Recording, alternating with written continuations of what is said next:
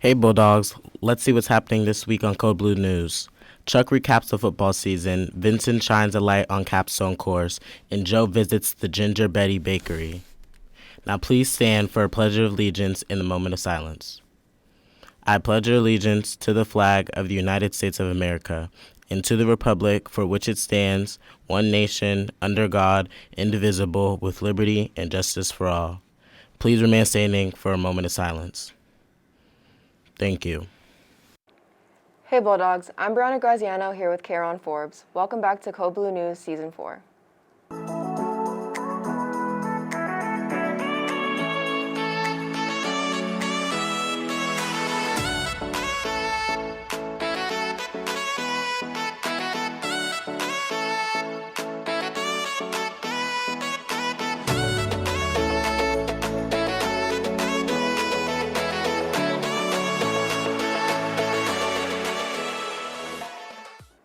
To start, the Massachusetts Student Government Day is scheduled for the spring of 2022. Holbrook Middle High School will have 2 elected students who will participate in this event and will hear from legislative leaders. They will have the opportunity to give testimony on 2 current bills. You will be receiving a ballot in your email to vote for the representatives. You can vote for up to 2. Be sure to congratulate the winners when the time comes. This week in sports, the boys varsity basketball team won a good game against Diamond Regional Tech 62-47 on Monday. On Wednesday, they traveled to South Shore Votech, scoring another win 71-37, while girls varsity played at home against South Shore Christian Academy and won 39-22. Today, boys varsity plays at home against Bristol Plymouth Regional Tech. Come support your Bulldogs at 5. Entrance through door 12. Easing out of the basketball scene for a moment, let's take it over to reporter Chuck LaRossi to look back at the Holbrook football season. Chuck rolls out to his left, looking, fires, caught! Jordan Chaffee with the catch in the end zone. Oh my goodness. Here's a snap to Davion, and he muscles his way in for 2. After years of disappointing seasons, the Holbrook Avon football team went into full rebuild mode. During the Fall 2 season, Holbrook posted their first ever winning record, standing at 3-2. But that season seemed more like a pretest. Now with the returning coaching staff and a majority of the same players, Holbrook Avon had a huge ship to turn around. Yep, I think the season was a big success. We built on our foundation that we set in the spring with Fall 2. We went 3-2. Now going 6-4. I think people know that football is kind of back and for real. We have a good young group. We only lost, I think, a total of 4 guys. And we're all excited about getting in the weight room this offseason and trying to improve and beat some of the teams we lost to last year, because I think we'll see a lot of the same ones. 6-4, that would have been a reach, just because everybody was so young. And we could have been 7-3, so it's just, I'm just amazed. 6 sophomores we start, and just not very many subs. I don't know, in the fourth quarter you guys just seem to, there's another gas tank somewhere, and you guys just pounded out in the fourth quarter. So I was just very pleased. One of my favorite seasons, just watching you guys grow. But with winning comes the right strategist to do it. Coach Case brought in Mr. Walsh during the Fall 2 season to help lay a base foundation for an unstable team. Yeah, I think with the new coaching staff, there's consistency. People know what they're getting every day. They're not guessing who's going to be here, whether it's players or coaches. They know what we do each day at practice. They kind of know the rhymes and the rhythms about preparing each week for an opponent. When I first started playing football in the 8th grade, we were very discombobulated, and there are a bunch of obvious flaws in the way we ran things, but I think Walsh has been a big help for us, and he's really just whipped us into shape, and he's made us a real team again. It brought a whole new attitude. It went from goofing off at practice and throwing football around to do this, do your job, do what you're supposed to do. Yeah, so the future is very bright, because as you probably know, I had to spend a lot of time with our middle school group this year, which I wasn't expecting. Each year we post that people from grades 6 through 12 can sign up for football. I would maybe get 1 6th grader, a 7th grader, and a few 8th graders. And this year we almost had 30, which was awesome, but we weren't prepared for it. And now we are. We know we have that group, and I think that's going to help us in the future a lot. Yeah, we've got a ton of returning kids.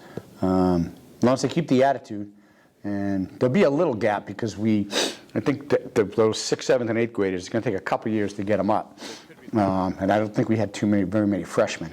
So we might have a little gap there for maybe a year, but just keep it rolling. Keep the kids staying here, and playing for Holbrook. This has been Chuck LaRossi reporting for Koblenz News. Back to you in the studio.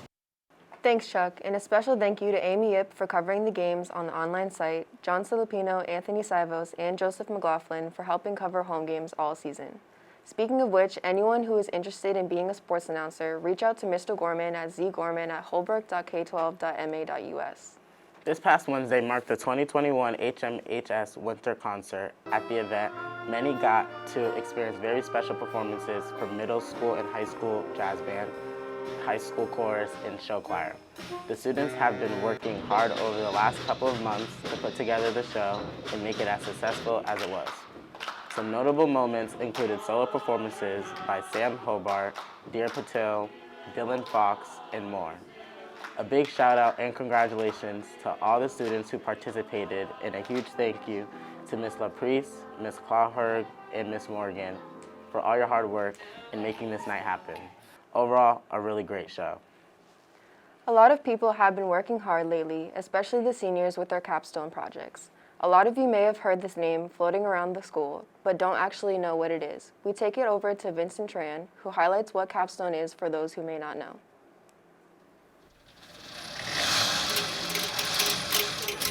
Capstone is a project that entails a lot of independent work on the students' part.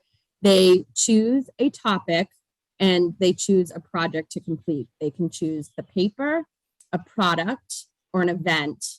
And what they do is they conduct research that is based around the topic they chose.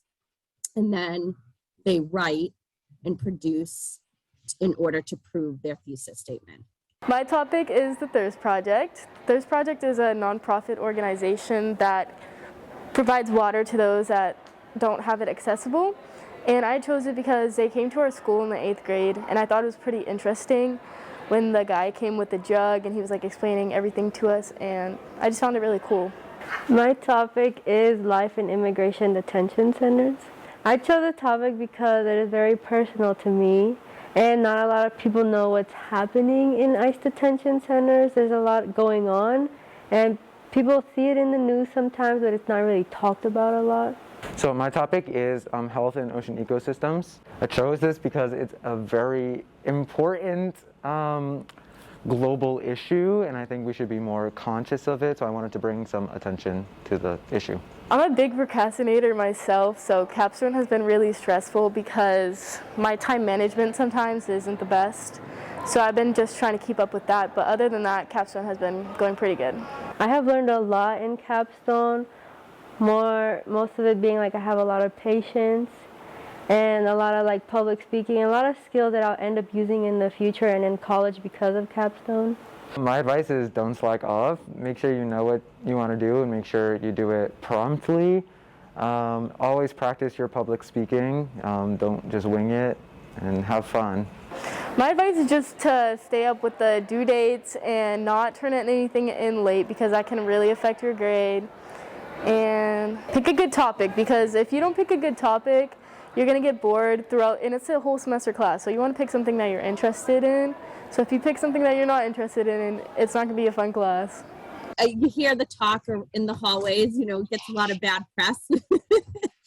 But I think it's a course that when all is said and done, the students do tend to look back and have enjoyed it because they challenged themselves. So I just want to say to all the future seniors that it's not something to dread, that it's a course that they're actually going to be able to put to use outside of their high school years.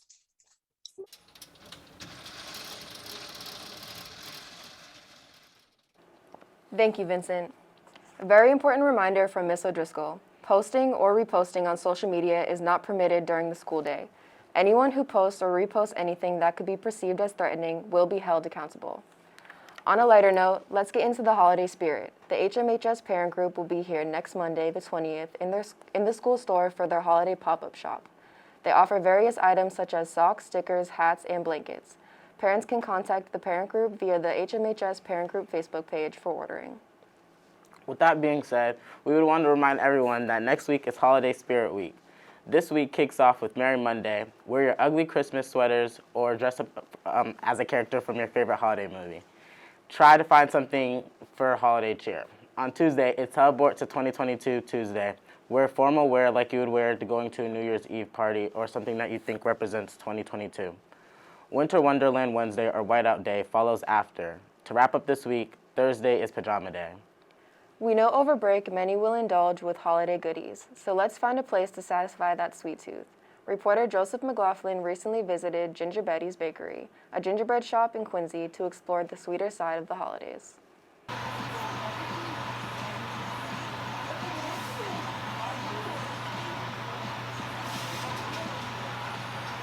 Sweet dreams are a great addition to any day, and now with the holiday season in full swing, this bakery is working around the clock to make all of your magical, sweet dreams come true.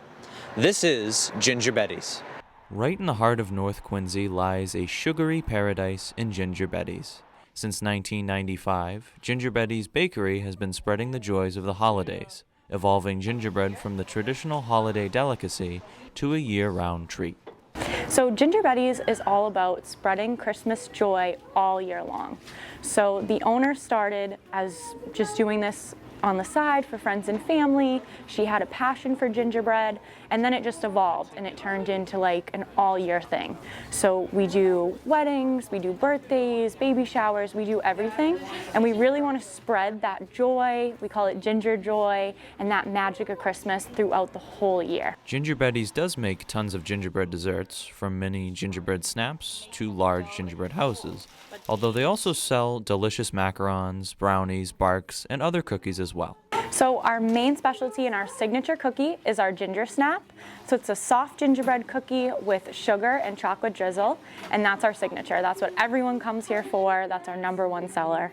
And then we also do coconut macaroons, we do chocolate chip brownies, we do chocolate chip and oatmeal cookies. So we do a variety. We also do cakes and cupcakes for special order. So we do really a mix of everything. No matter what your sweetness needs are, Ginger Betty's has you covered. We do a lot of different things. Like Christmas time, we do the house kits and the cookie kits for the kids to decorate, which are really fun. We used to do it in store, but with COVID and everything, we're not doing that at the moment. We do birthday parties also, which we are going to be bringing back in the next few months. We do classes. If you want to come in and do a class with Ginger Betty, and she'll teach you how to bake some gingerbread and do the houses and decorate. So we do offer a couple different fun activities for the kids, which is really nice. If you're looking for a large dessert or just a little nibble of sweetness, Ginger Betty's is here to satisfy your sweet tooth. From Quincy, this is Joseph McLaughlin reporting for Code Blue News. Thanks, Joe. And as if we don't say it enough, be sure to go follow our Instagram at ColdBlueHMHS right now for updates in our upcoming holiday giveaway. You won't want to miss it. That's all for this week. I'm Kayron Forbes. And I'm Brianna Graziano. See you next Thursday.